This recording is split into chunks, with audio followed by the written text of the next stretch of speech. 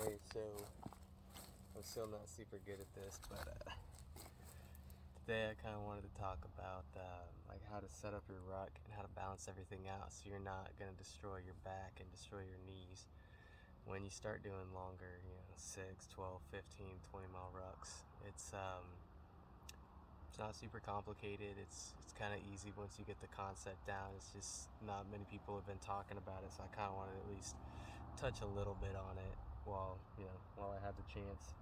But so there's a handful of different ways that rucks are going to be set up. Got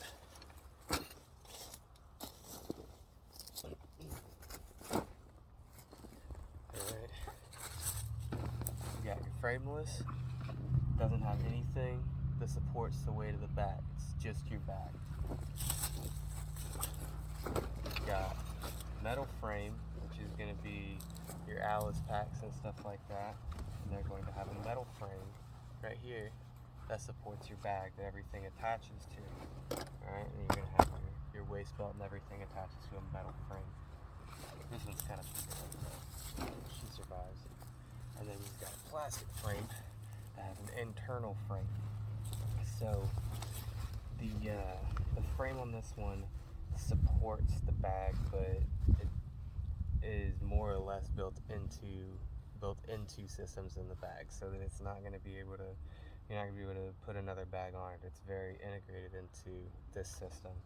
But yeah, they're usually going to be plastic, and they're not going to be they're usually going to be pretty durable, pretty light, but most of the time more expensive. And then but when you're setting up your bags, for the most part, everything is the same. I'll get a little bit more into how the bags are built and kind of things to look for when you're packing. But the biggest thing that you want to make sure that you do is you want to make sure that you don't keep weight on the bottom end of the bag. You want to keep your lighter stuff, like your sleep system, your extra clothes, pair of boots, stuff like that, is going to be on the bottom, and it's gonna make sure that the form of your bag holds true pretty well. So I usually take my clothes and I'll roll them up so that they're about the size of the bag. Put them in on the bottom. You see it.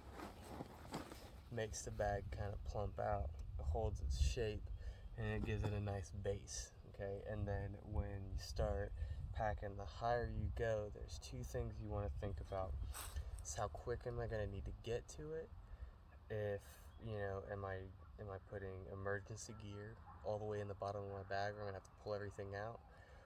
And two, how often am I going to need it? And three, what's the weight distribution going to be like? So I'll normally put my clothes on the bottom, because if I ever need clothes, I'm going to need something else before I need them. If I get wet, I'm going to need to dry off. I may need to build a fire. I may need to build shelter for the night, because you're not moving in wet clothes. It's not happening. So if I ever need my clothes, I'm going to need a lot of stuff on top of it too. But my tent, or my tent material, I keep a tarp in a lot of my bags, will usually go somewhat towards the top, just because if I need an immediate shelter, or if I need to get out of the elements, that's typically going to be quick, and I want to keep my stuff dry, so I'm going to keep it as close to the top as possible. But heavier stuff, I'm talking about tent. All right, I don't use pop tent very often, but kind of like this one. It's nice. It's a good little system to have. You gotta find a way to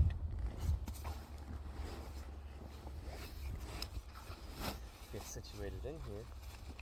But this is going to be a heavier piece of equipment, so you want the weight distributed to the top, and you kind of want to keep it pulled as close to the frame as possible, because what that's going to do is it's going to make sure that the sack is going to be able to distribute the weight evenly.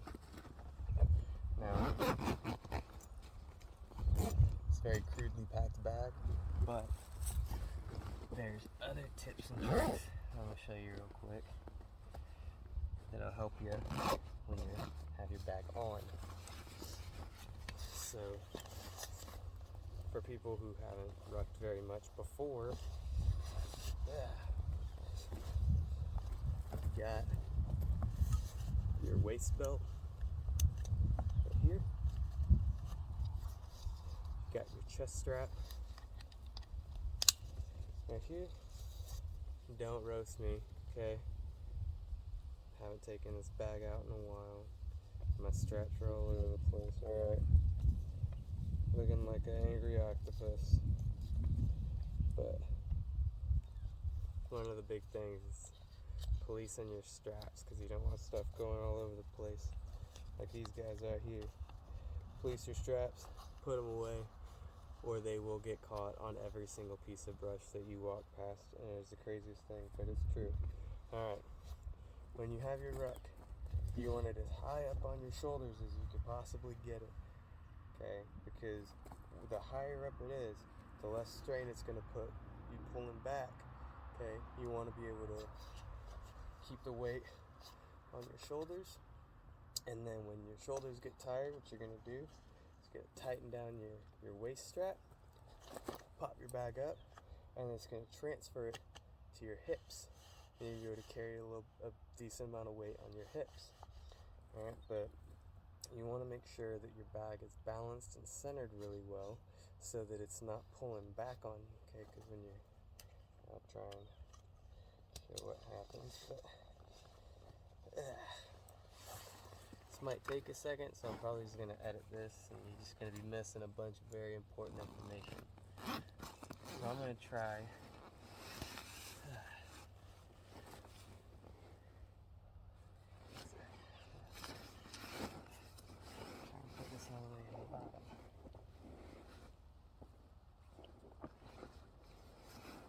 I'll try and put this tent all the way at the bottom.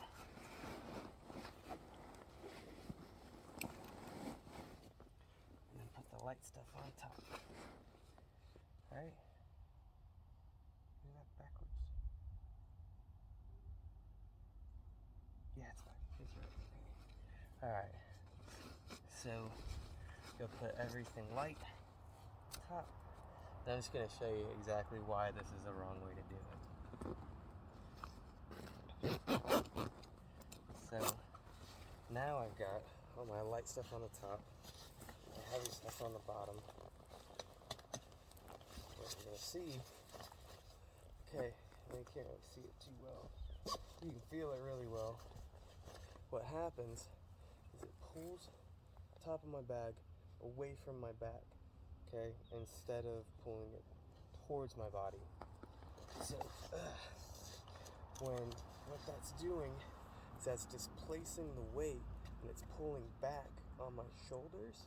It's pushing in on my lower back. So now I'm not carrying this weight balanced. I'm carrying it on my lower back, which for your first mile or two, that's not going to be a big deal. But once you start hitting 6, you start getting a little fatigued. Your lower back starts messing up, and I can already feel it right here. This little, my little waist pouch is pushing into my lower back. It's making me arch back a little bit, and that's just because I'm trying to fight that weight. But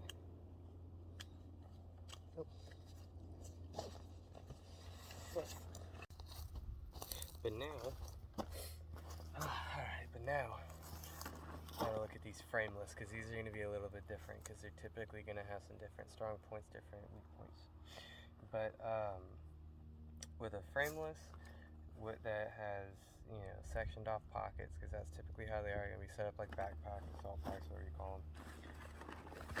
What you want is you want to take the pocket that's closest to you, and that's going to be where your heavier equipment goes. I keep my tarp in it because I don't keep very much heavy equipment in here. But so you'll keep tarp, and for sake of the argument,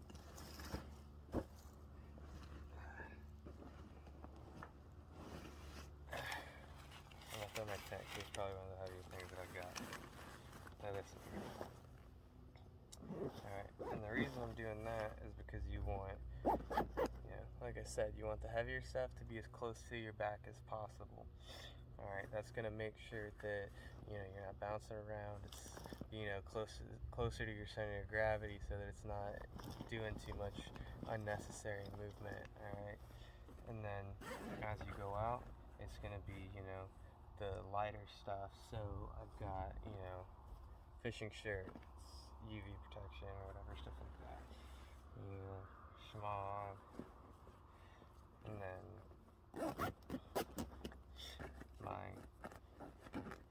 my full outside pocket is always going to be medical, gauze, band-aids, stuff like that. Emergency fire starter, stuff like that. Alright, and then when you've got that set up, all your heavy stuff is immediately on there. Then you throw it on. And this is typically just going to be like a day hiking bag.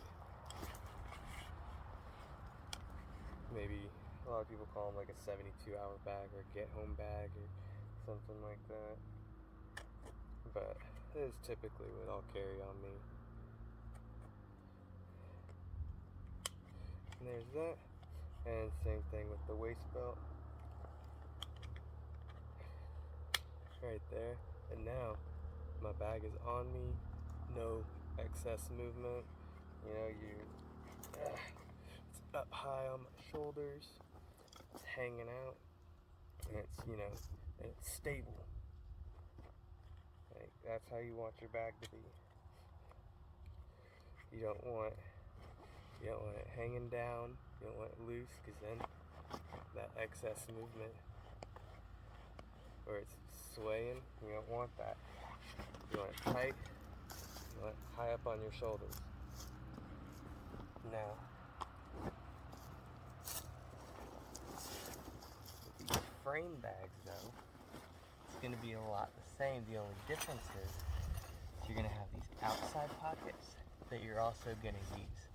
Now with your outside pockets, I don't like to keep very much heavy stuff in here, okay? And then notice, this is a military bag, but it has a lot of uses outside of the military too. But notice it's got the magazine pouches on the top, okay? It's because they know the science too. Heavy stuff goes on the top. But extra change of socks, or I keep my map pocket, my navigation pocket, stuff like that on the outside. And then I do break one rule, I put books in here, but that's different with the weight that I put in this bag. But on the same hand, you're going to do the same system. You're going to take all your light stuff, your clothes, keep cold weather gear, stuff like that. All of that going in the bottom, and it's going to offer a little bit of a shock absorbing layer too when you're moving the bigger stuff like this.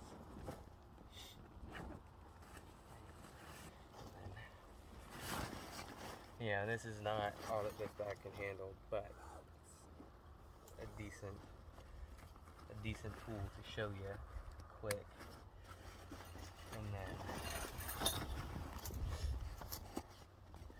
when you're putting stuff in here, or in your top flap,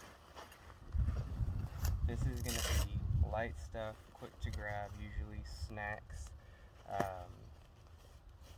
stuff like that.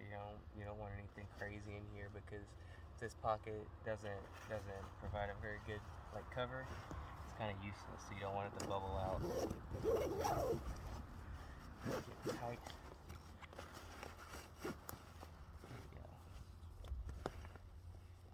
And like I said, you'll want this really tight so that you don't have any excess movement, okay? No excess movement. Release your straps up and everything. Okay. And then, this bag is probably not the best for showing this stuff. I'll show you why in a second. But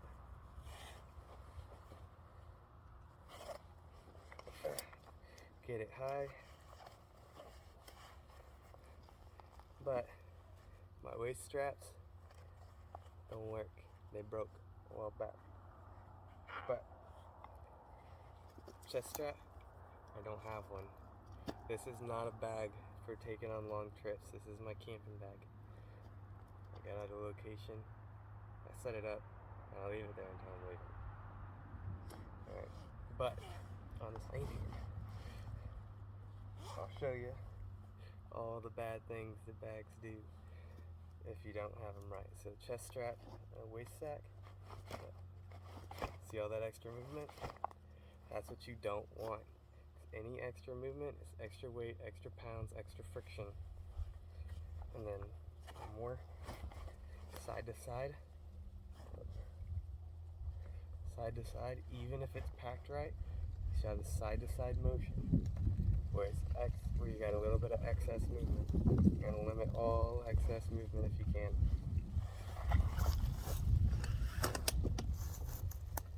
But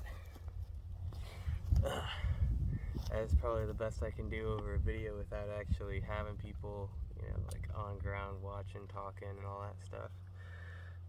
So hopefully that's helped you out if you had some questions.